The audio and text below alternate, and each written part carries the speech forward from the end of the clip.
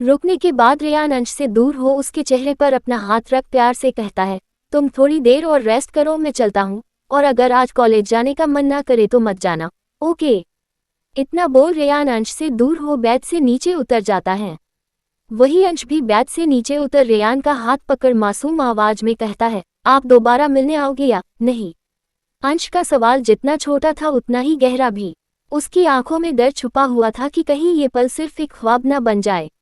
अंश का बात सुन मुस्कुराते हुए रेयान उसके हाथ को पकड़ अपने करीब खींचते हुए कहता है, तुमसे दूर जाने का मैं सोच भी नहीं सकता हूँ अंश।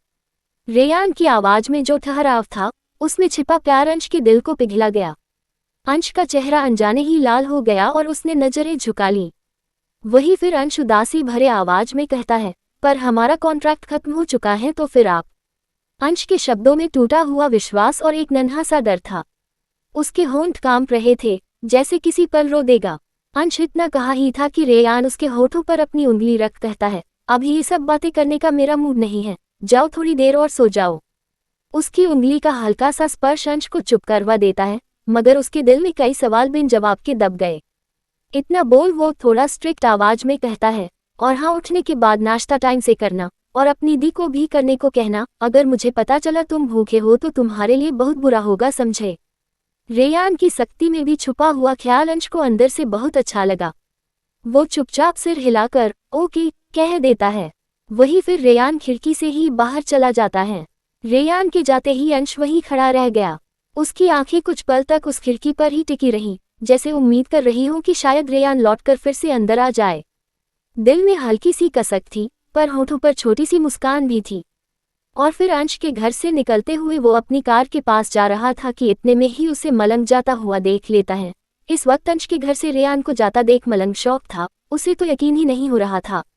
मलंग अपनी आंख को पूरा अच्छे से मसलते हुए रेयान को दोबारा देखता और खुद में ही कहता है, ये तो असली रेयान है, पर ये इतना सुबह सुबह अंश के घर से कैसे निकल सकते हैं। उसकी सांसें थम गईं, दिल तेजी से धड़कने लगा। उसे लगा जैसे उसने कोई बड़ा राज देख लिया हो। वो खुद में ही ये कह रहा था। वही तब तक रेयान अपनी कार के अंदर बैठकर निकल जाता है।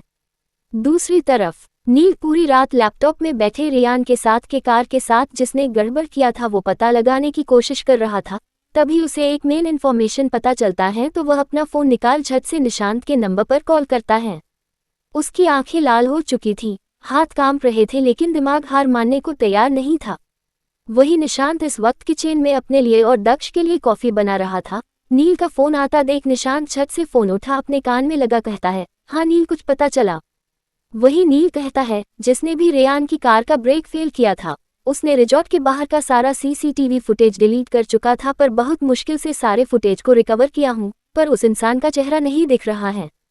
ये सुन निशांत कहता है, ठीक है, तुम मुझे वो फुटेज भेज दो, आगे का मैं पता लगाने की कोशिश करता हूँ। तो नील भी ओके कह देता है और सारा फुटेज निशांत के फ़ोन में भेज देता है। फुटेज भेजने के बाद नील रिलैक्स होते हुए कहता है, चलो कम से कम कुछ तो पता चला। इतना बोल वो बेड पर लेट जाता है। तभी उसके फ़ोन पर डॉक्टर आदर्श का फ़ोन आता है। आदर्श का नाम देख नील फ़ोन उठा कहता है, हाँ आदर्श, अब तुम इतनी सुबह सुबह क्यों कॉल किए हो। नील का बात सुन आदर्श गुस्से में कहता, मलंग का रिपोर्ट देखने के बाद भी तुम इतना रिलैक्स कैसे हो सकते हो नील, क्या सच में वो सिर्फ तुम्हारे लिए एक खिलौना है जिसके साथ रात भर खेलने के बाद उसे छोड़ दिए हो। आदर्श की आवाज़ कांप रही थी, जैसे मलंग की हालत देखकर उसका दिल टूट गया हो। आदर्श का बात सुन नील को याद आता कि रेयान का मैटर सॉल्व करते करते उसके दिमाग से ये बात ही निकल गया कि मलंग का रिपोर्ट भी देखना था। तो वह आदर्श से कहता है, सॉरी मैं रिपोर्ट देखना भूल गया, पर तुम ऐसे क्यों रिएक्ट कर रहे हो जैसे उसे कोई बड़ी बीमारी है। वही आदर्श कहता है, पहले रिपोर्ट पढ़ लो फिर कॉल करना। इतना बोल आदर्श फ़ोन काट देता है। वही नील बेड से नीचे उतर अपने रूम में ढूंढने लगता मलंग का रिपोर्ट। तभी नील का नज़र टेबल के ऊपर रखे मलंग का रिपोर्ट पर जाता है और वह टेबल के पास जा उसके रिपोर्ट को उठा पढ़ता है। मलंग का रिपोर्ट पढ़ने के बाद नील हैरान हो जाता है और उसके हाथ से रिपोर्ट भी नीचे ज़मीन पर गिर जाता है और वह झट से आदर्श को कॉल करता है। आदर्श कॉल उठा कहता है, अगर पढ़ लिए हो तो मलंग को हॉस्पिटल में लेकर आओ, अगर जल्दी उसका ट्रीटमेंट शुरू नहीं हुआ तो। इतना कहते हुए वह रुक जाता है। वही नील कहता है, आई थिंक तुम्हें एक बार और मलंग का टेस्ट करना चाहिए, ऐसा पॉसिबल नहीं हो सकता, 2 दिन पहले तक तो वो बिल्कुल ठीक था और अचानक से ये सब कैसे हो सकता है। तो आदर्श गहरी सांस ले कहता है, ठीक है, मैं दोबारा कर लूंगा। इनफैक्ट मलन का एमआरआई स्कैन करना पड़ेगा पहले, तो तुम उसे आज शाम को लेकर आ सकते हो। तो नील भी ओके कह देता है और रेडी हो अपने ऑफिस जाने के लिए निकल जाता है। वही रेयान अपने पर्सनल मेंशन पहुंच चुका था। रेयान को देख निशांत उसके पास जा अपने सर को झुका कहता है, सॉरी बॉस, पर मैंने वो सब अंश के बारे में ही सोचकर किया है। तो रेयान सोफे पर बैठते हुए कहता है, इट्स ओके, पर मुझे तुमसे कुछ बात करना है। ये सुन निशांत रेयान के बगल में बैठ जाता है और कहता है, हाँ बॉस बोलिए। तो थोड़ी देर तक सोचते हुए रेयान कहता है, अंश के साथ तुम सब इतने टाइम से रह रहे हो, तुम्हें पता है उसे क्या क्या करना पसंद है, वो किस चीज से खुश होता है। रेयान का सवाल सुन निशांत झट से कहता है, सॉरी बॉस, पर इन सब का मुझे कोई आइडिया नहीं है, मैं उसके साथ ज्यादा रहता नहीं हूँ, पर दक्ष को जरूर पता होगा। इतने में ही वहां दक्ष आ जाता है और कहता है, अंश को गेम वगैरह खेलना पसंद है, उसे घूमना पसंद है, और रेयान सर उसे आपके साथ रहना पसंद है। जब दक्ष आखिरी का ये लाइन कहता तो रेयान उसे घूर कर देखता है। वही दक्ष सिल्ली सा मुस्कान के साथ कहता है, ऐसा मैं नहीं कह रहा हूँ, वो अंश ने खुद ही कहा था। उसके बातों को सुन रेयान का दिल धड़क उठा, उसके होंठों पर हल्की सी मुस्कान आ गई। तो वही रेयान आगे कहता है, फाइन, एक काम करो, तुम दोनों जाओ और पूरा मॉल छानकर अंश के लिए अच्छे अच्छे गेम खरीद कर लाओ। इतना बोल रेयान आकाश को कॉल कर काम का सारा सामान रेयान के मेंशन लाने को कहता है, ताकि रेयान कुछ दिनों तक मेंशन में ही बैठे अपना काम कर पाए। रेयान के जाते ही निशांत खड़ा हो दक्ष की गर्दन पर अपना हाथ गोल घुमा कहता है, अंश के बारे में तुम इतना कैसे जानते हो। वही दक्ष उसका हाथ अपने गर्दन से हटाते हुए कहता है, क्योंकि वो मेरा दोस्त है, अब चलो मॉल जाना है, वरना बॉस नाराज हो जाएंगे। इतना बोल दक्ष मेंशन के बाहर निकल जाता है, वही निशांत भी उसके पीछे पीछे चल देता है। दूसरी तरफ अंश फ्रेश होकर रूम का दरवाजा को खोल बाहर हॉल में जाता है और देखता जन्नत किचन में नाश्ता बना रही है। तो अंश भी किचन चला जाता है और जन्नत को अपने नम आंखों से देखने लगता है। अंश का चेहरा देख जन्नत मुस्कुराते हुए अंश के पास जा उसके गले लग जाती है और मुस्कुराते हुए कहती, जो होना था हो गया अंश, अब हम दोनों में से कोई नहीं रोएगा और ना ही उदास होगा। अगर ऊपर से मम्मी पापा हमें ऐसे देखेंगे तो उन्हें बिल्कुल भी अच्छा नहीं लगेगा। जन्नत का बात सुन अंश बस हाँ कहता है। वही जन्नत अंश का हाथ पकड़ टेबल पर बैठाते हुए कहती, ठीक है अब चल नाश्ता कर लो, कल से तुमने कुछ नहीं खाया है। जन्नत की बातों को सुन अंश अपने मासूम आवाज में कहता है, खाया तो कुछ आपने भी नहीं है। तो जन्नत मुस्कुराते हुए कहती, हाँ मैं खाऊंगी अंश, फिर मुझे ऑफिस भी जाना है। ऑफिस ये सुन अंश कहता है, पर दी इतनी जल्दी ऑफिस क्यों जाना है, आप मेरे साथ आज भर रुक सकती हो क्या, मुझे कॉलेज जाने का मन नहीं कर रहा है। अंश की आवाज इतनी मासूम थी कि जन्नत का दिल पिघल गया, पर मजबूरी सामने थी।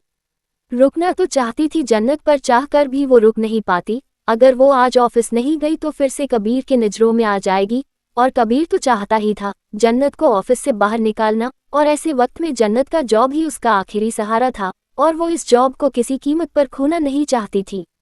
जन्नत के उदास चेहरे को देख अंश मुस्कुराते हुए कहता है, ओह ना बोलने के लिए इतना क्यों सोचती हो, बोल दो ना, नहीं रुक सकती, और मैं समझता हूँ ऑफिस में छुट्टी नहीं ले सकते ज्यादा दिन तक।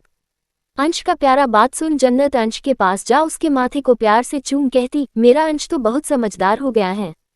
तो अंश भी बस मुस्कुरा देता है। फिर दोनों नाश्ता करते हैं और कुछ देर में जन्नत ऑफिस जाने के लिए निकल जाती है। जन्नत के जाते ही मलंग दरवाजा नॉक करता है, तो अंश दरवाजा को खोल देता है। बाहर मलंग को खड़ा देख अंश छत से कहता है, आओ ना अंदर, बाहर क्यों खड़े हो। तो मलंग घर के अंदर चला जाता है। दोनों दोस्त हॉल में आराम से बैठ जाते हैं। वही अंश मलंग की तरफ देख कहता है, तुम आज कॉलेज क्यों नहीं गए। तो झट से मलंग कहता है, तुम नहीं गए इसलिए मैं भी नहीं गया।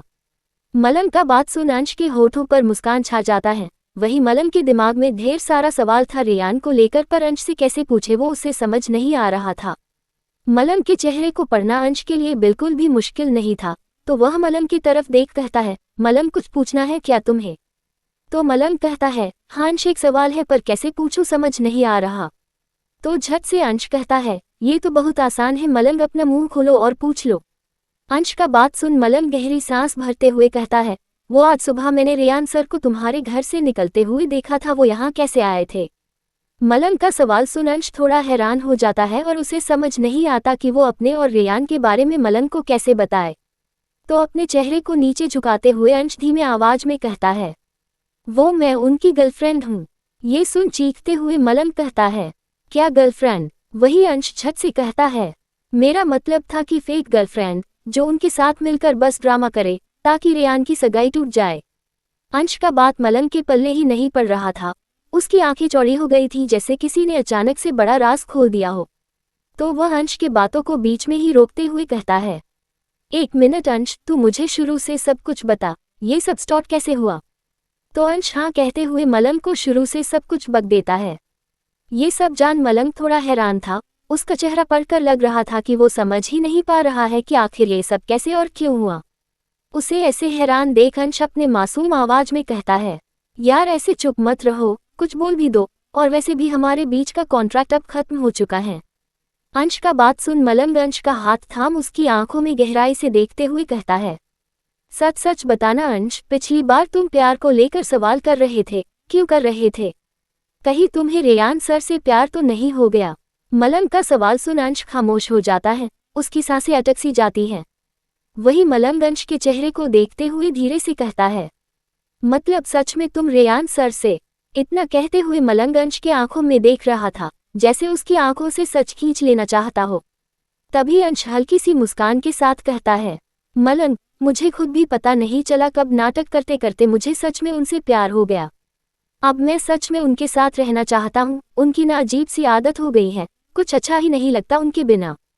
फिर थोड़ा उदास होते हुए कहता है, पर शायद वो नहीं करते मुझसे प्यार। ये सुन मलंग का चेहरा भी नर्म हो जाता है। वो कहता है, क्यों, तुम्हें ऐसा क्यों लगता है? तो अंश अपनी आंखें नीचे कर कहता है, क्योंकि उन्हें समझ पाना बहुत मुश्किल है मेरे लिए। वो कभी स्वीट बन जाते हैं तो कभी खड़ूस, कभी मुझे छोड़कर चले जाते हैं तो कभी खुद बहुत पास आते हैं। उनका बर्ताव थोड़ा अजीब है, पर हाँ, मेरी फिक्र करते हैं। लेकिन इस रिश्ते का नाम मैं क्या दूं? मैं खुद कंफ्यूज्ड हूँ। ये सब सुन मलंग कहता है, अगर तुझे समझ नहीं आ रहा तो खुद रेयान से पूछ ले, अगर वो भी तेरे लिए कुछ फील करते हो तब ठीक है, वरना एक तरफा प्यार बहुत डेंजरस होता है अंश। तो रोंदू सा चेहरा बना अंश कहता है, तो मैं क्या करूं मलंग? मैं उन्हें खोना नहीं चाहता और उनसे ये सब कहने का हिम्मत नहीं है मुझमें। कुछ देर तक सोचते हुए मलंग कहता है, एक काम कर, कुछ दिनों तक इग्नोर कर उनको। तो मासूमियत से मुस्कुराते हुए अंश कहता है, कोई फायदा नहीं होगा मलंग, अगर मैं उनको इग्नोर किया ना तो वो मुझे किडनैप करके अपने पास रख लेंगे और डांटेंगे वो अलग। अंश का बात पर हंसते हुए मलंग कहता है, तेरी बात सुनकर लग रहा है बहुत पजेसिव है वो तेरे लिए। वही मुस्कुराते हुए अंश कहता है, पजेसिव का तो पता नहीं, पर रियल जरूर है वो। उनका मानना है वो मुझे इग्नोर करे तो चलेगा, पर मेरा इग्नोर करना अलाउड नहीं है। दोनों की बातों के बीच हल्की सी हंसी छा जाती है, जैसे पल भर के लिए सारी टेंशन गायब हो गई हो। तो वही मलंग आगे कहता है, अच्छा चल इन सब बातों को इग्नोर कर, कुछ खाते हैं। ये सुन झट से अंश कहता है, दी खाना बना कर गई है, मैं लेके आऊं कुछ तेरे लिए? वही मलंग कहता है, नहीं अंश, चल ना कहीं बाहर चलते हैं, मौसम कितना अच्छा है और ट्रीट मेरी तरफ से होगा। तो उदास होते हुए अंश कहता है, नहीं यार, मेरा बाहर कहीं जाने का मन नहीं है। मलंग बस चाहता था अंश को कहीं बाहर ले जाए ताकि उसका मूड थोड़ा अच्छा हो, पर अंश के मना करने के बाद वो कुछ नहीं कहता। दोनों के बीच थोड़ी देर खामोशी छा जाती है। तभी अंश का फोन रिंग होता है, तो अंश अपना फोन देखता है। स्क्रीन पर रेयान नाम देख अंश के होठों पर चमकदार मुस्कान छा जाता है। उसका दिल जैसे अचानक से धड़कना भूल गया हो। वही अचानक से अंश के चेहरे पर खुशी देख मलंग भी फोन पर झांकता और अंश को टीस करते हुए कहता है, ओह, तुम्हारे बॉयफ्रेंड का कॉल आया है। ये सुन अंश का चेहरा टमाटर की तरह लाल हो जाता है। वह झट से फोन उठा अपने कान में लगा कहता है, हाँ रेयान, बोलिए। वही रेयान अपने कार के अंदर बैठा था। वो हल्की मुस्कान के साथ कहता है, तुमने लंच किया? तो अंश थोड़ा शर्माते हुए कहता है, नहीं, पर थोड़ी देर में कर लूंगा। उसका बात सुन रेयान की आवाज और भी कोमल हो गई और वो मुस्कुराते हुए कहता है, फाइन, मैं आ रहा हूँ, फिर साथ ही कहीं चल कर करते हैं। रेयान का बात सुन झट से अंश कहता है, क्या मलंग भी साथ चल सकता है? वो हम साथ ही है और मैं मलंग को छोड़कर अकेले नहीं जाना चाहता हूँ। वही मलंग अंश को इशारों में मना कर रहा था, पर अंश के मासूम चेहरे को देख कुछ कह नहीं पाया। रेयान दरअसल अंश को अकेले ले जाना चाहता था, पर अभी अंश को हॉट करना उसे सही नहीं लगता। इसलिए वह मुस्कुराते हुए कहता है, जैसा तुम कहो अंश, और वैसे भी मैं भी अपने दोस्त के साथ आने वाला था, तो अच्छा होगा मलंग साथ होगा तो। ये सुन अंश बच्चे जैसी एक्साइटमेंट में कहता है, सच्ची? तो रेयान नरमी से कहता है, हाँ अब जाओ, तुम दोनों अच्छे से रेडी हो जाओ, क्योंकि आज पूरा दिन हम सब मस्ती करेंगे। तो अंश भी मुस्कुराते हुए ओके कह देता है। वही रेयान कॉल काट देता है और खुद में ही धीमे से कहता है, अंश की खुशी के लिए मैं कुछ भी करूंगा। खुद में ही इतना बोलते हुए रेयान नील का नंबर निकाल कॉल करता है। वही नील ऑफिस में बैठा अब भी मलंग का रिपोर्ट देख रहा था। उसके फोन पर रेयान का कॉल आता देख नील रिपोर्ट को टेबल पर रख फोन उठा अपने कान में लगा कहता है, हाँ रे बोलो, कुछ काम था क्या? नील के बातों से उदासी साफ झलक रही थी। उसकी आवाज में थकान और खोया खोया सा एहसास था। पर रेयान ने सोचा कि नील से मिलकर ही पूछ लेगा इसकी परेशानी की वजह। यही सोचते हुए रेयान कहता है, फ्री हो तुम? मैं अंश को लेकर बाहर जा रहा हूँ, तुम चलोगे साथ? रेयान का बात सुन नील कहता है, नहीं, तुम दोनों जाओ और अकेले टाइम स्पेंड करो, मैं कबाब में हांडी नहीं बनना चाहता हूँ। नील का बात सुन रेयान झट से कहता है, मलंग भी जा रहा है? मलंग का नाम सुन नील बिना आगे कोई सवाल किए तुरंत कहता है, मैं 5 मिनट में आता हूँ, लोकेशन भेज दो। अचानक से नील का बदला अवतार देख रेयान के होठों पर हल्की मुस्कान छा जाती है और रेयान ओके कह देता है। वही अंश पूरा अलमारी से कपड़ा एक एक कर बाहर फेंकते हुए कहता है, उफ, एक भी ढंग का टी शर्ट नहीं बचा है। अंश के एक्साइटमेंट को देख मलंग अपना मुंह फूला कर कहता है, हो मैं तुझसे नाराज हूँ। जब मैंने कहा बाहर चलने को तो तूने साफ मना कर दिया, और अब देखो रेयान सर ने एक बार कहा और तुम जाने के लिए मान गए। वही शर्माते हुए अंश अपने बाल को छूने लगता है। फिर अंश को ब्राउन कलर का शर्ट दिखता है और देखते हुए कहता है, इसे मैं सिर्फ एक बार ही पहना हूँ। शर्ट को देख मलंग भी कहता है, हाँ अंश, अच्छा लगेगा तुझ पर। वही अंश शर्ट मलंग की तरफ बढ़ाते हुए कहता है, अपने लिए नहीं निकाला हूँ, ये तू पहनकर जाएगा। वही मलंग चौंकते हुए कहता है, अरे नहीं यार, मैं नहीं जाऊंगा, मुझे बहुत अजीब लगेगा रेयान सर को देखकर। तभी अंश मासूमियत से कहता है, मलंग, मैंने उनकी बुराई की, इसका ये मतलब नहीं है कि वो बुरे हैं, वो बहुत अच्छे हैं, और प्लीज चलो ना, ताकि तुम भी देखकर मुझे बता सको कि वो मुझे पसंद करते हैं या नहीं। अंश का बात सुन मलंग आखिरकार ओके कह देता है और उसका शर्ट ले बाथरूम चला जाता है फ्रेश होने के लिए। वही फिर अंश भी अपने पहनने के लिए शर्ट देखता है। उसका चेहरा खुशी और नर्वसनेस के मिले जुले भाव से चमक रहा था। मलंग शर्ट पहनकर बाथरूम से बाहर आया तो अंश उसे घूरने लगा। अंश की आंखों में चमक थी। मलंग, तू सच में बहुत अच्छा लग रहा है, देख न, बिल्कुल जेंटलमैन लग रहा है। मलंग हंसते हुए कहता है, बस बस ज्यादा तारीफ मत कर, वरना मैं सच में घबरा जाऊंगा। और वैसे भी ये सब तू रेयान सर के सामने बोल देना, मुझे इम्प्रेस करने की क्या जरूरत। अंश शर्मा कर उसका कंधा मारता है, चुप कर, तू भी न। उसी वक्त नीचे से कार हॉर्न की आवाज आई। अंश का दिल जोर से धड़क उठा, रेयान आ गए। वो तुरंत आईने के सामने खड़ा होकर अपने बाल ठीक करने लगा। मलंग ने मजाक में कहा, अरे पगले, ऐसे तैयार हो रहा है जैसे शादी में बारातियों के सामने जाना है।